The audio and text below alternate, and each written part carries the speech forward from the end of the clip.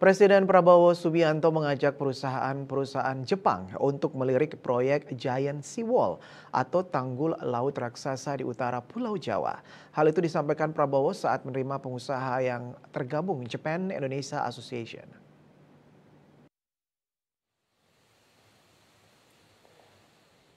Presiden Prabowo Subianto menerima kunjungan delegasi Japan Indonesia Association Japinda di Istana Merdeka Jakarta pada Kamis 5 Desember 2024. Menteri Investasi dan Hilirisasi Rosan Ruslani yang mendampingi Presiden Prabowo dalam pertemuan tersebut menyampaikan bahwa pertemuan tersebut membahas berbagai inisiatif kerjasama termasuk investasi, irigasi, pengelolaan lahan hingga proyek energi strategis.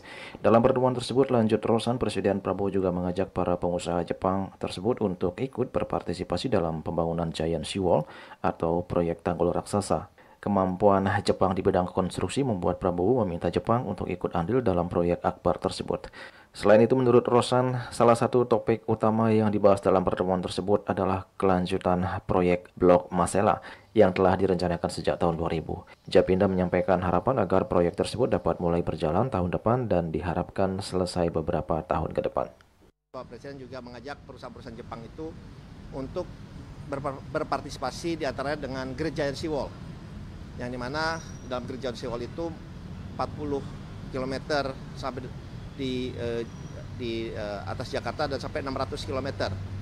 Itu juga diharapkan partisipasi dari perusahaan-perusahaan Jepang ini, karena mereka juga perusahaan construction-nya juga kita harapkan untuk berpartisipasi. Nah, itu juga yang disampaikan oleh Bapak Presiden. Jadi pembicaraan ini masih akan berlanjut besok hari.